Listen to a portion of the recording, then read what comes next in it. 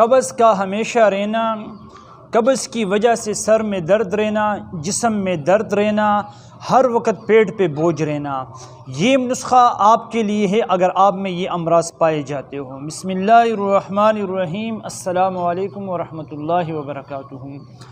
دوستو، آج ایک آسان سا اور مجرب سا نسخہ آپ کی خدمت میں پیش کرنے جا رہا ہوں۔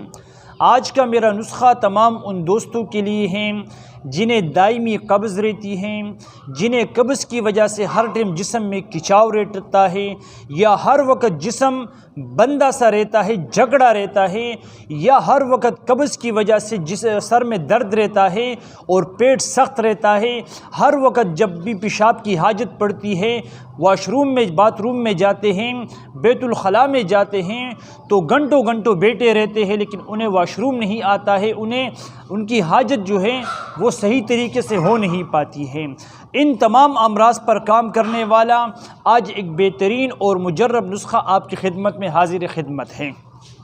دوستو، اس نسخے کا جو ہمارا نام ہے یہ ہے دائمی قبض کا علاج۔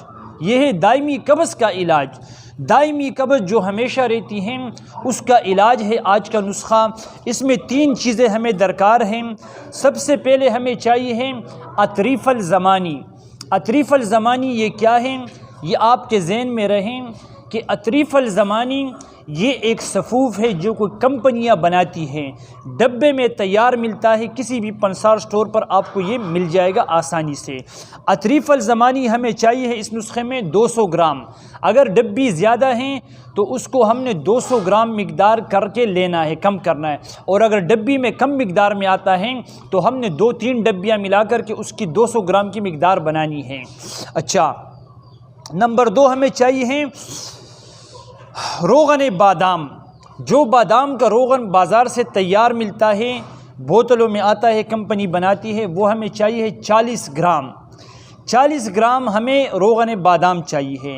تیسرے نمبر پر جو ہمیں چاہیے ہے وہ ہے سکمونیا۔ سکمونیا یہ گون کی طرح ہوتا ہے، یہ بھی پنسار سٹور سے آسانی سے مل جاتا ہے۔ سکمونیا ہمیں چاہیے ہے اس نسخے میں 6 گرام، آدھا تولہ۔ یہ تمام چیزیں ہم نے کیا کرنا ہے؟ اس کا ایک معجون سا بنانا ہے۔